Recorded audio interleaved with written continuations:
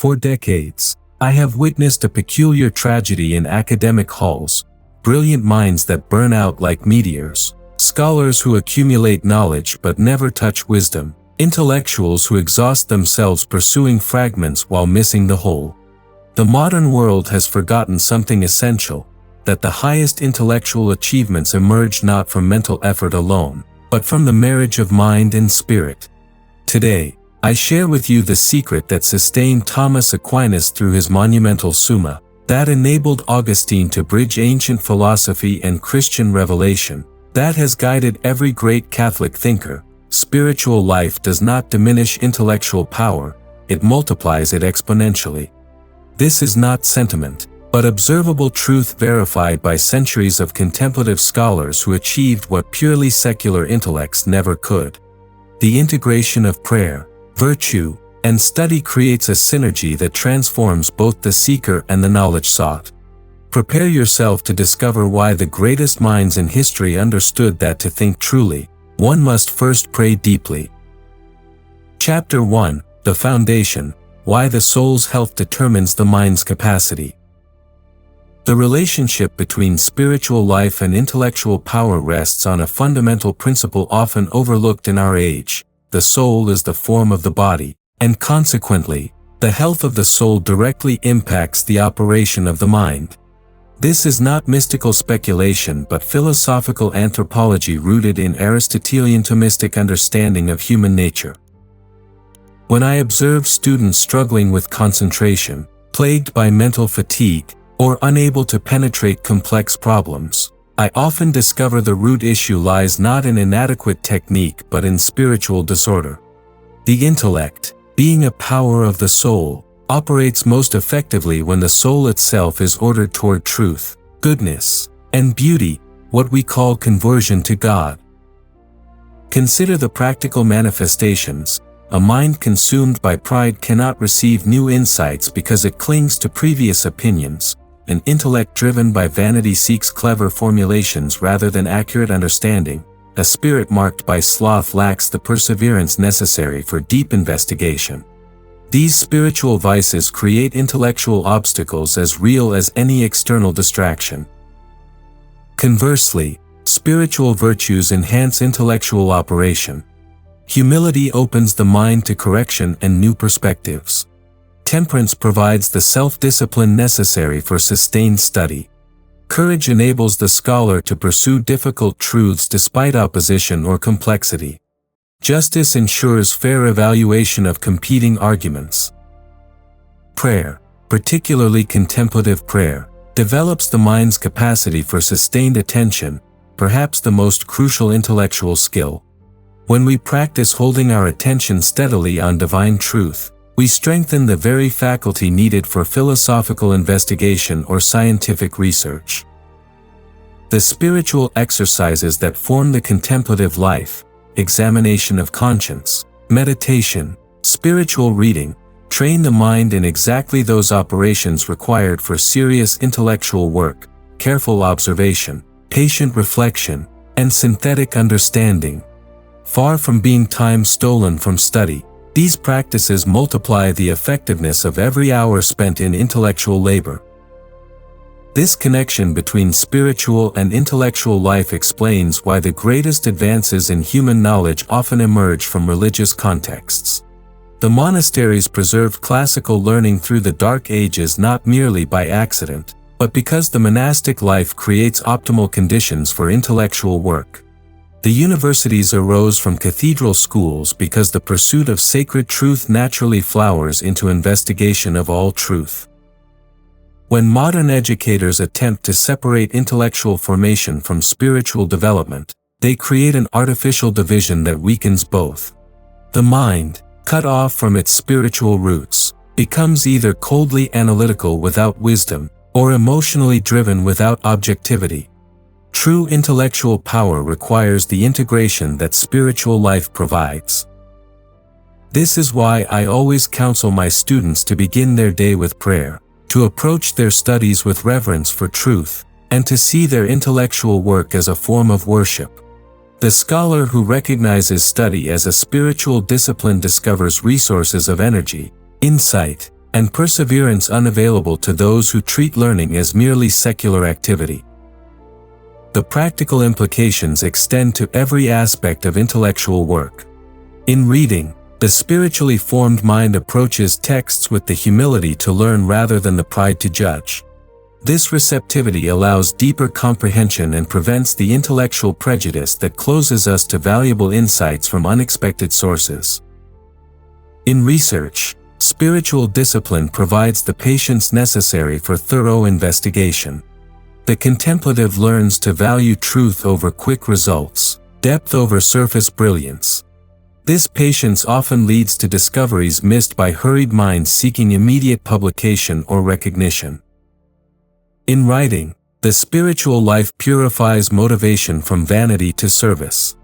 When we write to glorify God and serve humanity rather than to display our cleverness, our prose becomes clearer, our arguments more honest, and our conclusions more trustworthy. The reader senses authenticity that no merely technical skill can provide. Most importantly, spiritual life provides the ultimate purpose that gives meaning to intellectual labor. Without this transcendent dimension, even the most successful academic career becomes ultimately hollow, a fact evident in the surprising number of accomplished scholars who report deep dissatisfaction despite their professional achievements. The spirit requires more than finite goods can provide, and intellectual work finds its deepest satisfaction only when ordered to eternal truth. Chapter 2: The Practice of Intellectual Prayer, Transforming Study into Contemplation. Many suppose that prayer and study occupy different compartments of life, that one must choose between being a mystic or a scholar. This separation reflects a profound misunderstanding of both prayer and intellectual work. True contemplative prayer actually trains the mind in precisely those operations needed for the highest intellectual achievements.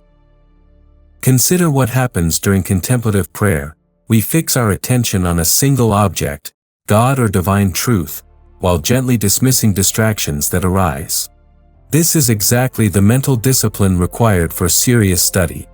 The person who has learned to maintain focus during 20 minutes of meditation possesses a capacity for concentration that gives enormous advantage in academic work. Moreover, contemplative prayer develops what I call receptive intelligence, the ability to allow truth to reveal itself rather than forcing our preconceptions upon reality. In prayer, we learn to listen rather than speak, to receive rather than grasp. This same receptivity enables the scholar to hear what texts actually say rather than what we expect them to say, to discover patterns in nature rather than imposing artificial theories. The practice of lectio divina, sacred reading, provides a perfect model for all serious study. We begin with careful attention to the text itself, reading slowly and repeatedly until we truly understand the words. Then we reflect deeply on the meaning, allowing insights to emerge through patient consideration. Finally, we respond with our whole being, allowing the truth discovered to transform our understanding and action. This method, developed for spiritual reading, proves remarkably effective for any serious text. When applied to philosophical works, scientific papers, or historical documents, lectio divina prevents both superficial reading and premature judgment. It trains us to receive what the author actually intended to communicate. The integration of prayer and study reaches its highest form in what might be called intellectual prayer, the practice of bringing our academic questions directly to God in contemplation. Rather than separating our scholarly concerns from our spiritual life, we can present our research problems, our interpretive difficulties, and our search for understanding as matters for prayer. I have experienced repeatedly the illumination that comes when we approach intellectual problems through prayer. Not that God provides magical solutions to mathematical equations, but that the peace and clarity achieved through contemplation often allows us to see connections we missed, to recognize assumptions we had not examined, or to perceive the significance of evidence we had overlooked. This practice requires genuine humility, the recognition that truth belongs ultimately to God, not to us, and that our role as scholars is to discover and serve truth rather than to create or possess it. When we approach our studies with this reverent attitude, we often find that solutions emerge more readily and insights come more frequently than when we rely solely on our own mental effort. The rhythm of contemplative prayer also provides an excellent model for intellectual work. Just as prayer alternates between periods of focused attention and gentle rest, effective study requires both intense concentration and reflective pause. The scholar who tries to maintain constant mental pressure burns out quickly, while the one who follows contemplative rhythms can sustain high-level work for years. Similarly, just as prayer ultimately seeks union with God rather than specific experiences or insights, true intellectual work seeks understanding for its own sake rather than for personal advancement or recognition. This purification of motive, learned through spiritual practice, actually enhances intellectual effectiveness by freeing the mind from the anxiety and distraction that accompany ego-driven scholarship. Chapter 3: The Virtue of Studiositas, How Moral Character Shapes Mental Power. Modern education has largely forgotten that intellectual excellence depends fundamentally on moral character. We train students in techniques and methods while neglecting the virtues that make those techniques effective. Yet St. Thomas clearly teaches that studiositas, the virtue governing our relationship to knowledge, is essential for authentic intellectual achievement. Studiositas moderates our desire for knowledge, ensuring that we seek truth for the right reasons, in the right way, and to the right degree.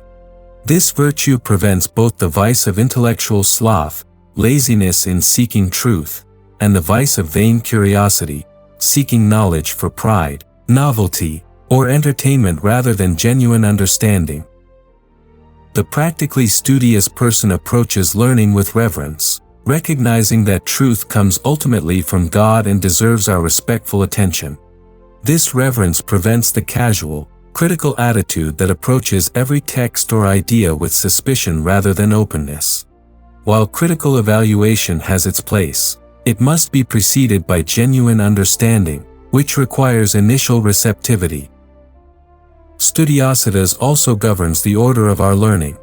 Rather than pursuing whatever happens to interest us at the moment, the virtuous student follows a logical progression from fundamental principles to particular applications. This ordered approach prevents the confusion that results from attempting advanced work without adequate foundation.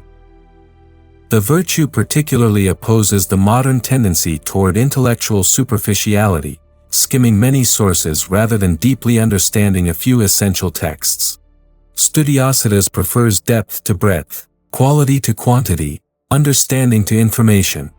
This preference, far from limiting intellectual achievement, actually enhances it by ensuring that what we learn is truly possessed rather than merely encountered. In practical terms, studiositas manifests as careful preparation before beginning any intellectual task. The virtuous student ensures adequate rest, proper environment, and clear objectives before opening a book or beginning research.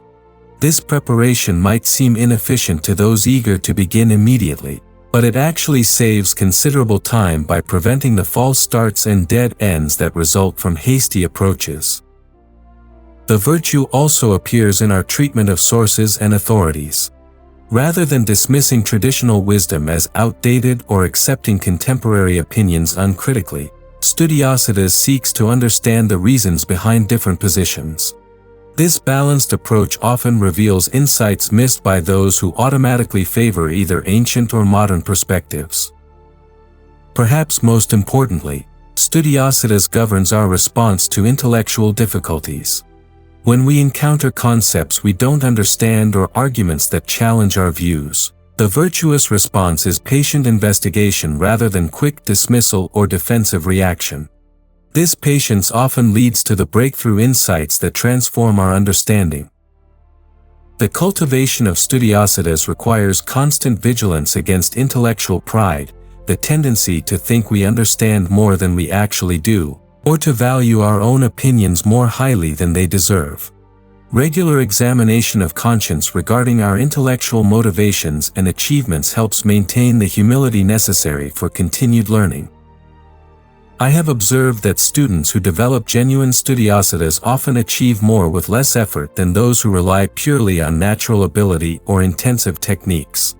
The virtue creates internal conditions that allow the mind to operate at peak efficiency, while character defects create friction that wastes mental energy and obscures understanding. The integration of moral and intellectual virtue also provides resilience during inevitable periods of difficulty or discouragement. The student whose motivation rests on virtue rather than mere curiosity or ambition can persevere through the long preparation necessary for significant achievement. Chapter 4: Contemplative Reading: The Art of Receiving Truth from Great Books. The modern reader approaches books like a consumer examining merchandise, quickly scanning for useful information to extract and apply. This utilitarian approach, while occasionally necessary, prevents the deeper transformation that great books can provide. Contemplative reading, by contrast, allows the text to form the reader as much as the reader interprets the text. True contemplative reading begins with choosing books worthy of such attention. Not every text deserves deep engagement. Some books exist merely to convey information or entertainment. But certain works, particularly those that have guided human understanding for centuries, require a different approach entirely. These books reward patient attention with insights that can reshape one's entire intellectual life. The first principle of contemplative reading is unhurried attention to the text itself. Rather than rushing toward conclusions or practical applications, we must first ensure that we truly understand what the author intended to communicate. This often requires multiple readings, careful attention to key terms, and patient working through of complex arguments.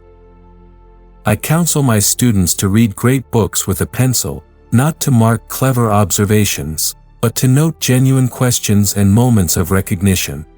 The best reading often occurs when we realize we don't understand something we thought we knew, or when a familiar idea suddenly reveals new dimensions of meaning. Contemplative reading also requires what I call sympathetic intelligence, the effort to understand authors on their own terms before evaluating their positions. This doesn't mean accepting everything uncritically, but it does mean genuine effort to see why intelligent people might hold views that initially seem foreign or incorrect. The rhythm of contemplative reading alternates between focused attention and reflective integration.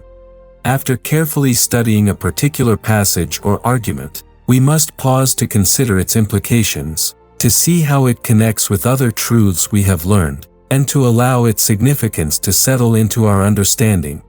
This reflective pause is as important as the initial reading. One practical method I recommend is keeping a reading journal, not for notes about the book, but for recording how the book affects your thinking. What questions does the text raise? What assumptions does it challenge?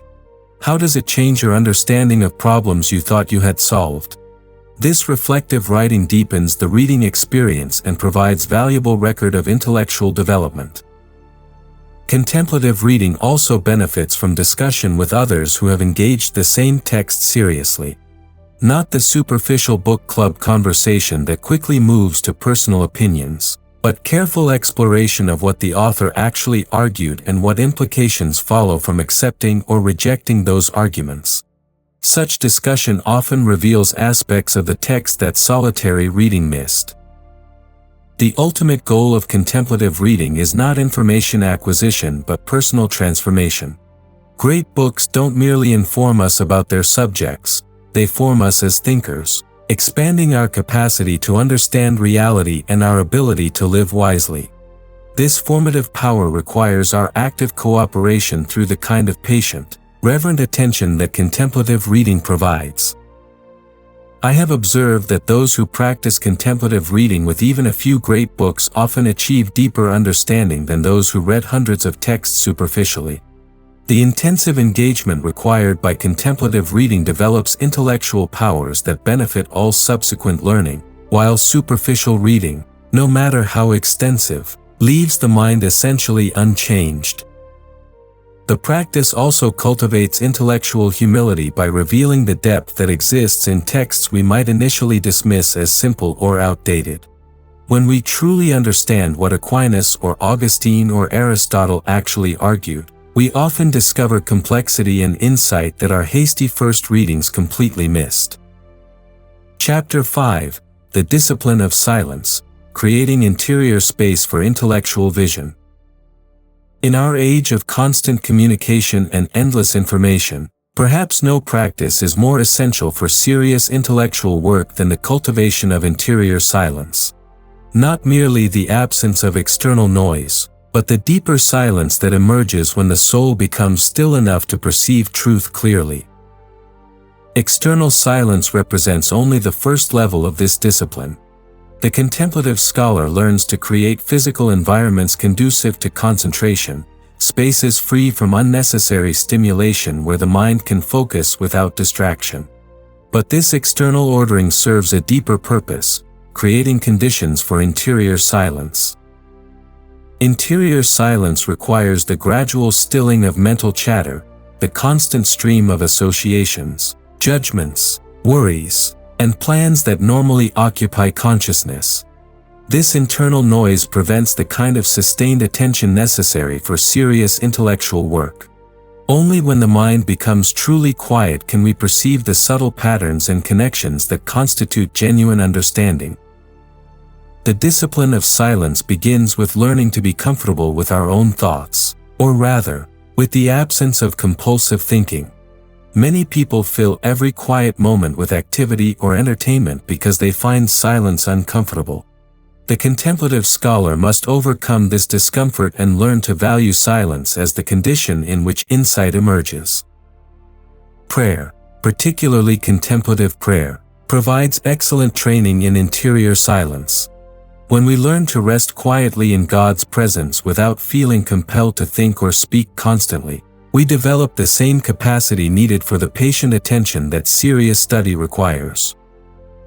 The practice of silence also reveals how much mental energy we normally waste on unnecessary internal activity.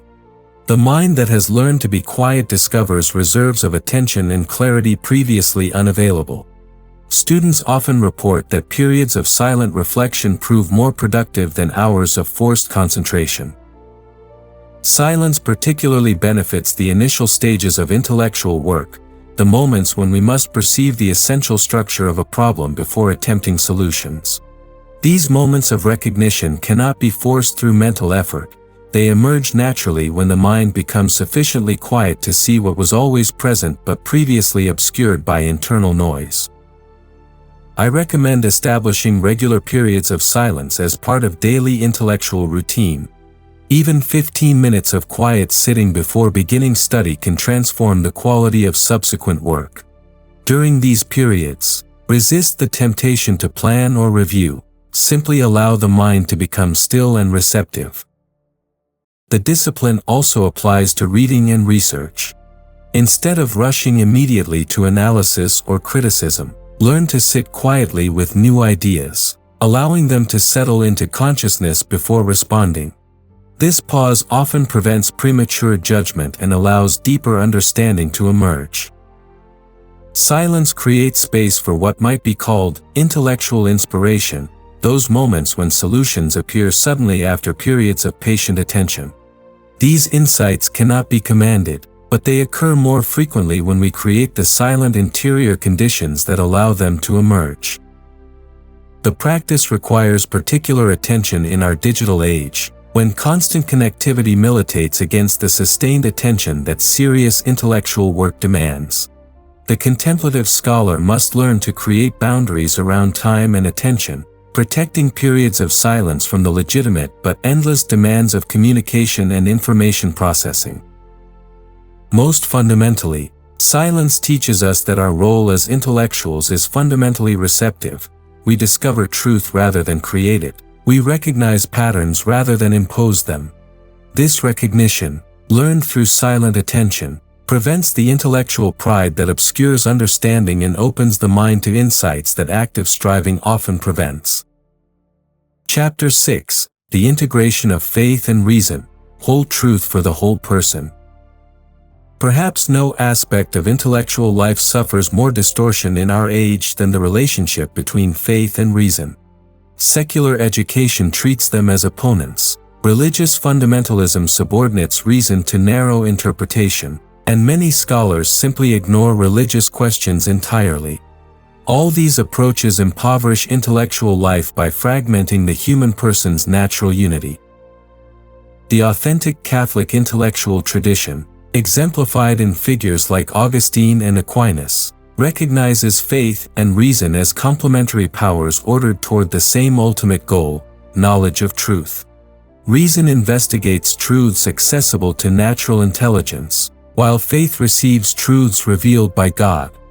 Both capacities belong to the same rational soul and should operate in harmony rather than opposition. This integration begins with recognizing that all truth ultimately comes from God, whether discovered through natural investigation or received through revelation. The scientist studying natural laws and the theologian pondering sacred scripture both seek to understand aspects of divine wisdom. Their methods differ, but their ultimate object remains the same. Practically, this means that serious intellectual work should proceed without arbitrary limitations on the questions we may ask or the sources we may consult. The scholar who refuses to consider religious perspectives on fundamental questions limits his understanding as severely as the believer who rejects scientific evidence because it challenges comfortable assumptions. The integration also provides crucial motivation for intellectual work. When we recognize that seeking truth serves God regardless of our particular field of study, even seemingly mundane research acquires transcendent significance. The mathematician exploring abstract relationships and the historian investigating particular events both participate in the human vocation to understand and celebrate the rational order that reflects divine wisdom. This perspective prevents the compartmentalization that plagues modern intellectual life, the tendency to separate professional expertise from personal conviction, or to treat academic work as unrelated to moral and spiritual development. The integrated Catholic intellectual approaches all learning as part of a unified quest for truth that encompasses both natural and supernatural dimensions. Faith actually enhances rather than limits rational investigation. The believer who recognizes that reality has rational structure because it reflects divine wisdom approaches natural phenomena with confidence that patient investigation will reveal intelligible patterns. This confidence has historically motivated many scientific advances. Similarly, faith provides crucial perspective on the limitations and proper use of human reason. While reason can discover important truths about reality, it cannot answer ultimate questions about meaning and purpose without assistance from revelation. Recognizing these limitations prevents both rationalist arrogance and skeptical despair. The integration requires careful attention to the proper methods and limits of each domain. Faith cannot substitute for empirical investigation in natural science, nor can reason alone resolve questions that require supernatural revelation. But when each operates within its proper sphere, they mutually support and illuminate each other. I have observed that students who achieve this integration often display unusual intellectual vitality and creativity. Because they approach learning as a unified vocation rather than a collection of separate activities, they discover connections and insights that escape more fragmented approaches. The practice also provides resilience during intellectual difficulties or apparent conflicts between scientific and religious claims. The scholar who understands the proper relationship between faith and reason can investigate such problems patiently without feeling compelled to choose sides prematurely or reject either legitimate authority.